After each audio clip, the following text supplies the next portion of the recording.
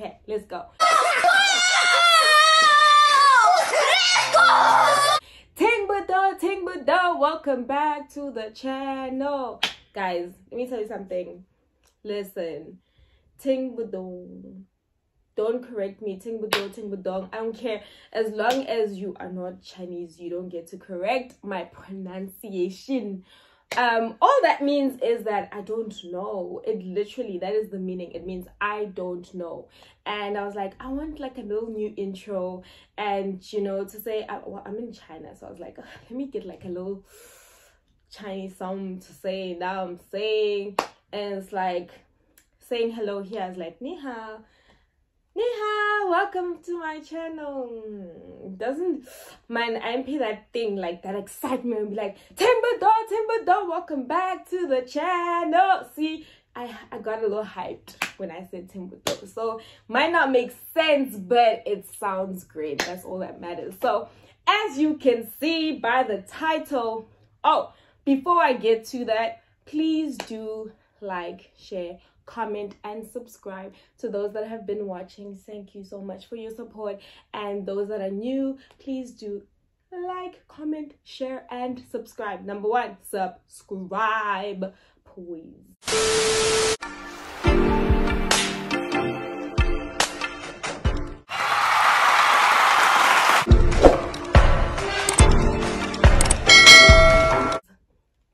So yeah, guys, I just wanted to share like 5 things that I really learned about myself, or I learned while I was in China, that I really appreciate. Like, you know, like they'll tell you there's pros and cons to a place, right?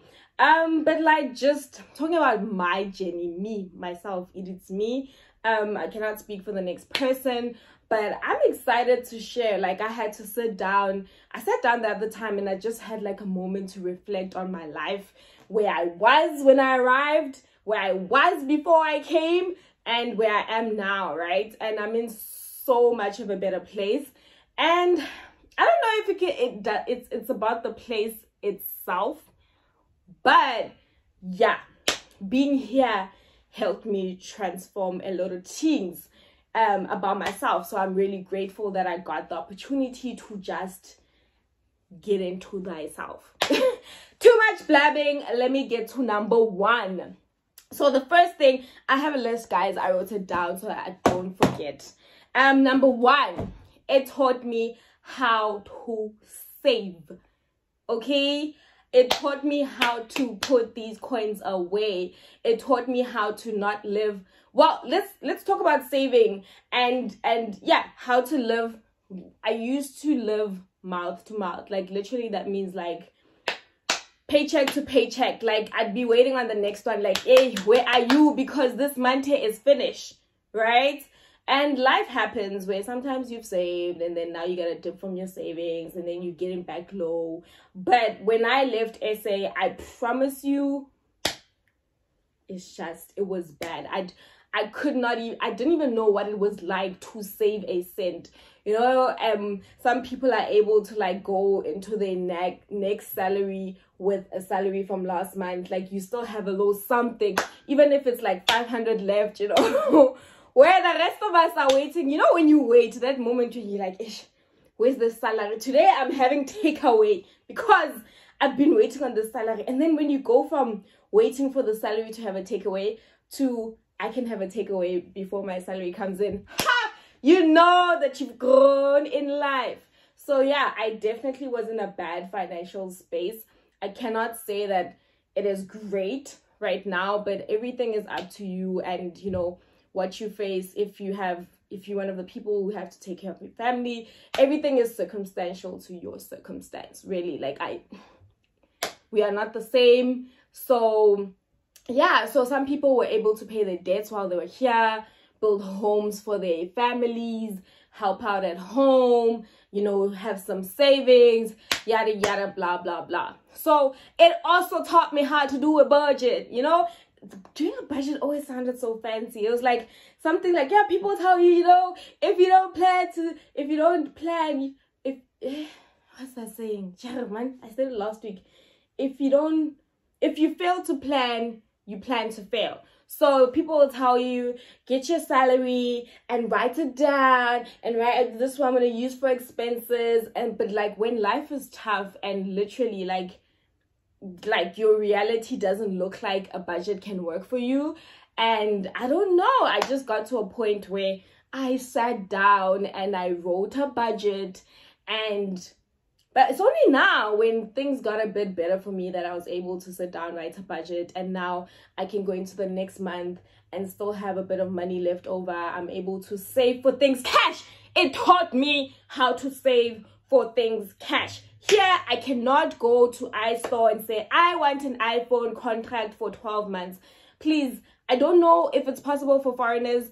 I don't know. Let me know. Actually, don't let me know. It's okay. I don't want to know how to buy on credit in China. Like, I'm okay. I'm able to buy things on, if I want something, I'm able to now force myself to like save for it, and then I get it, and it feels so good knowing that you paid for something once and you don't have like that continuous payment coming out of that debit order that's just waiting on you to just, you know. So that's number one. It taught me how to save, to budget, to create a budget plan, to save, and to not live mouth to mouth, hand to hand, mouth to mouth. You know what? Number two. So learning how to do my hair, né? It is in no way, shape, or form by choice.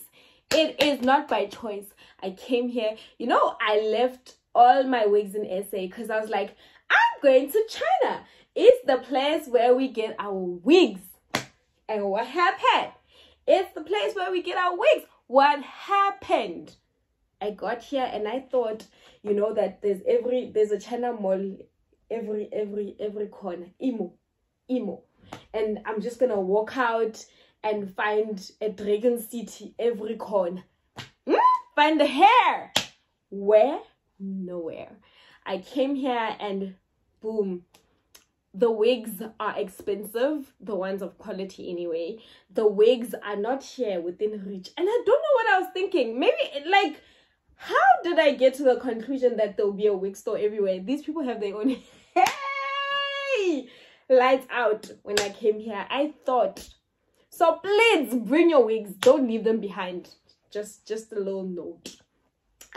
So that's that on the wigs. It's not because I wanted to know how to take care of my hair better, but we thank God because I learned how to take care of my hair better. So yeah, some of the things on this list you might think is whatever, like it's deep, you know. It depends on where you are in China. Some people that braid hair might be super far from you. So coming this side, when I first moved here, I moved to a city that was a town, very small, didn't have any other, like probably had like 3 or 4 foreigners, and I didn't know where to braid my hair. So I quickly learned how to braid my hair. Guys, like, we thank God for YouTube because it's what taught me how to say. But besides that, I was really bad back at home in just taking care of my hair. Like now I'm able to like constantly like treat my hair, moisturize it more, keep it braided. I was super lazy. Like I just kept relaxing my hair and SA, don't relax, go and do my hair somewhere else. But it also taught me to save. I saved because why? The girl does her hair. As for weaves, I buy wigs because no, I can't. But most of the time I can braid my hair now, all that good stuff. So it taught me how to take care of my hair. That is number 2. But I think let's bracket that into like self-care itself, because yeah, it taught me about just self-care in general, which now goes to number 3. Sorry, I was checking my points. I was just making sure. So it taught me about self-care. It taught me how to just like, you know, take care of me. I think back at home, I didn't really care about taking care of my own skin, taking care of my own hair. I was just living through a dark cloud, and we're gonna get to that part. But yeah, life was really tough, and it just really taught me how to love myself more. I think so that would be number 3, just to be comfortable in my own skin. It taught me to be comfortable in my own skin. I think for the longest time I did lack self-confidence. I think the more you gain weight, the more you lack self-confidence. And I think what I also genuinely enjoy, like here, or personal, I'm talking about me, you know, I'm away from SA, right? And you know, a lot of the times in SA, whether it be family or whatever, people always want to remind you that you've, oh, but wait, no, I know, I have a mirror, I have a phone, I have a camera, I can see myself, I take a picture, I see thyself. Don't tell me, I know. And you don't have somebody in your ear all day, every day, just like, oh, every 2 seconds, someone bumps into you, oh, no, like, you know, and you get here, people just don't care. People are just minding their own business. They're going to work, they're living their lives. Nobody bothers you about your weight. It is the most amazing feeling ever. You get the moment to just love thyself and just become confident in your own skin. Because with that as well, like, I don't have makeup on, no foundation, no powder, no nothing. Genuinely, I thought I'm gonna come to China. I bought I remember when I came here, I didn't buy makeup. I bought the one I already had. It was like halfway, and that bottle, the foundation, just within less than a year. And I was so depressed because I felt I had a lot of spots on my skin. It was a mess. So it taught me how to take care of my skin. And also just be comfortable without makeup, because like, what choice did I have? Now, we do know that they sell makeup and stuff here and there. I've tried to buy some of the makeup at certain places. I'm probably buying at the wrong place. Please let me know where to buy it. There was a girl, apparently she was a plug. She bought makeup from SA, brought it to China. I don't know, since COVID, things went left. So by the time I found out about her, it didn't really work out for me. I was excited. I was like, hey, finally makeup after 2 years. Didn't happen. But I promise you, I just really got to a point where like I just started to love myself and just be confident in my own skin, without makeup, without all the extra glam. And it's crazy because here you don't even feel the pressure, like the pressure to just look a certain way, be dolled up. I don't feel it personally. So I kind of left that life of feeling pressured. Now I love thy own skin, thy own self, thy own everything. Be a go-getter. Wow, you know, to just push for my dreams, I'm just gonna like just go off about like how I didn't have much confidence back in SA and how my confidence has grown. I don't think it particularly has anything to do with the place. It, to some extent, again, because maybe you don't feel the pressures that you possibly feel in SA, and you start to get comfortable in your own skin and you start to love yourself and you start seeing other people appreciate you and the person that you are and the things that you do, and you have that light bulb moment of, oh my gosh, like, hold up, like, I can do this. And when I say this, I'm talking like, hey, for example, finally decided to get back to YouTube. I never really felt like I was confident enough to do like YouTube, but here I am giving it another try, and this time I'm not gonna give up. Not happening. We're gonna keep going. Just TikTok, being back on TikTok, and just seeing the love I continue to get, and it's growing. It's crazy.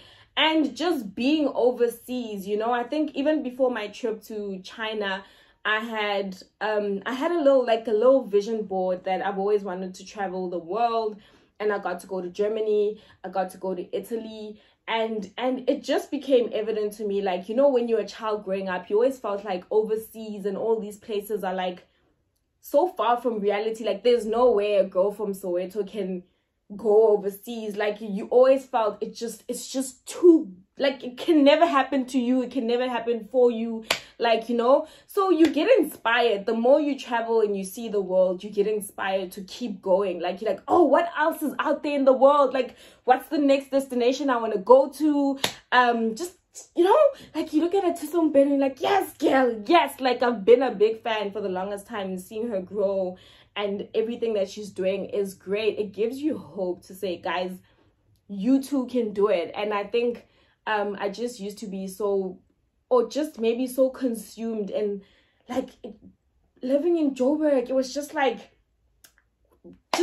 fast paced, and you know, I didn't really have time to think, and there's so much happening. And like here I get the time to just like, okay, let me start building towards my dreams. I just got to that point. Like I just had that aha moment that you can do it, keep pushing, keep going.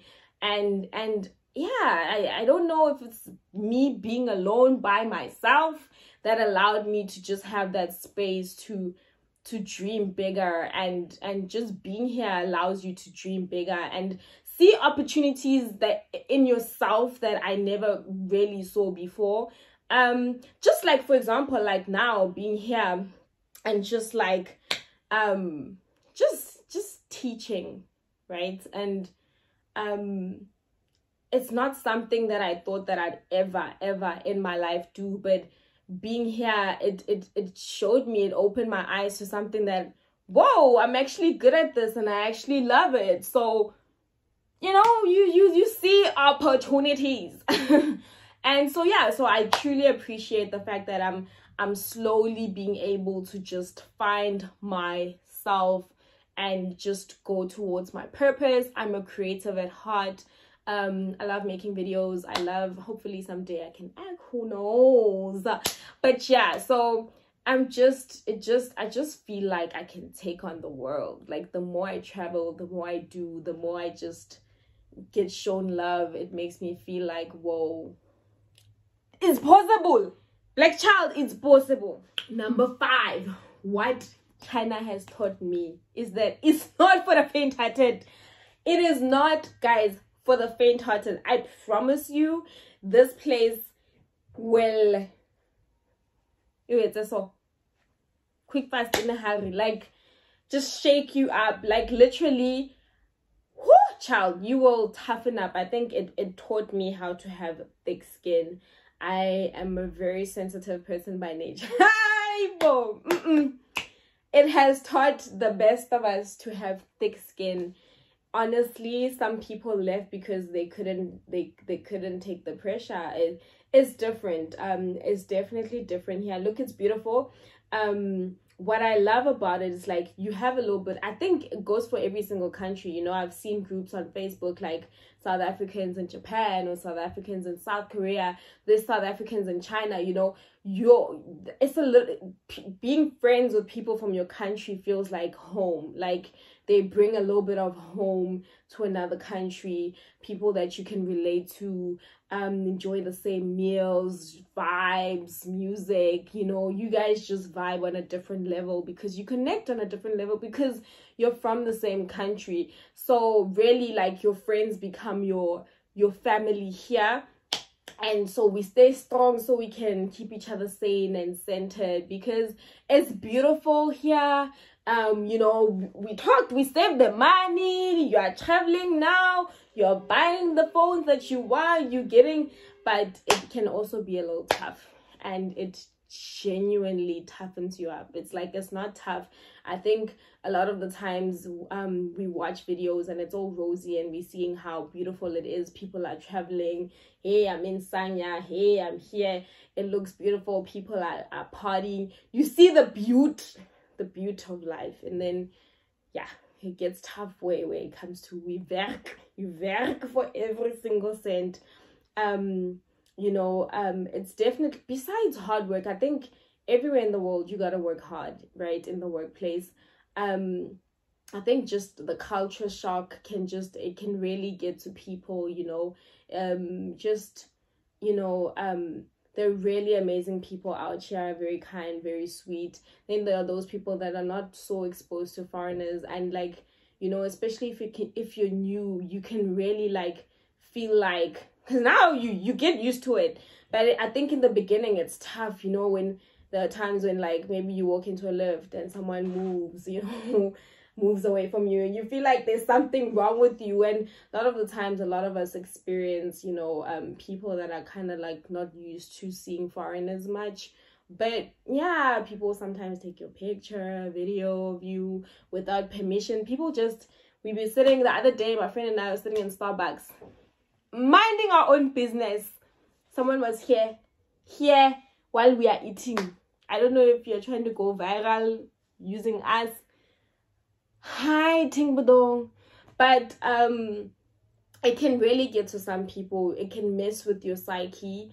And I think it's so important, like when you're here, try not to be alone. Like I think it teaches you the importance of work-life balance. I think back in South Africa, like at home, you used to kind of like a work-life balance. When you get back from work, you have family to go to, you know, whether you're driving, you getting off a taxi, you get home, people greet you in your language, people are happy for you, there's music going, like you used to the lifestyle, and it teaches you to kind of appreciate home when you're here. Like you just used to people always being there and a certain way of living and life, and no one's just, yes, we're in a place where now in South Africa, like everybody wants to go viral. So anything that happens, people see an accident, I was there, I saw it, everything, even some things that really probably shouldn't. But in general, like no one's just all up in your space where you're walking into a store and someone doesn't care, they're right here in your face like this, you know.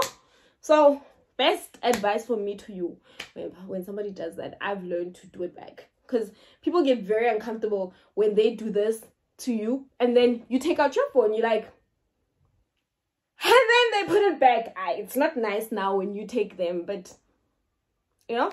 But yeah, it can get a little tough in the beginning where you try to feel like, what is wrong with me? Why do people look at me a certain way or act a certain way? But it's not everybody. Genuinely, a lot of people are just so nice and helpful. Yeah, you know. So yeah, I also guess in some places it's worse than others, depends on where you are.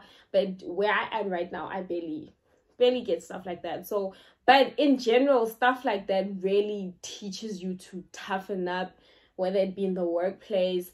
Like, you know, we can go through a lot sometimes, and really if you don't have a good support system here and at home, that's why it's important have the friends here, because it's great, it's all great and dandy to talk to people at home like, guys, I'm going, but they won't really understand like the extent of what you're going through.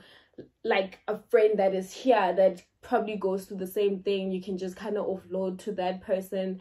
They'll understand you more. But I probably do to both. If I'm not having a good day, I'll offload to my family that's in China, and family back at home, and friends that are back at home. So yeah, support structure is important to stay sane when you are abroad.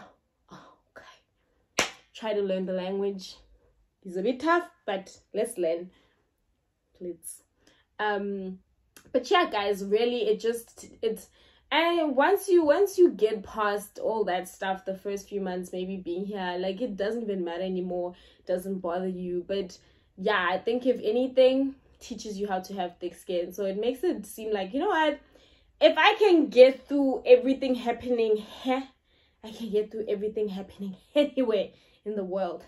Anything is possible. I can do all things through Christ. Yeah, you get, if you have tough skin, you've gotten there and you are good, you can go anywhere and be good. So you just have that thing of, you know what, now I can actually travel. I've gotten used to any drama that can come my way, and you now know how to deal with it. And yeah, man, it's been a great experience. So those that want to travel, go ahead and travel, because it's great. You have us. We are family. When you get here, we generally become family. So yeah, guys, hopefully you liked the video, and yeah, please subscribe, then like, then comment, then share, then boom, we grow together. 再见. Yes, I should do one of the 再见 is bye bye. See? We even learn new languages. Number 6, we learn new language. That was a bonus.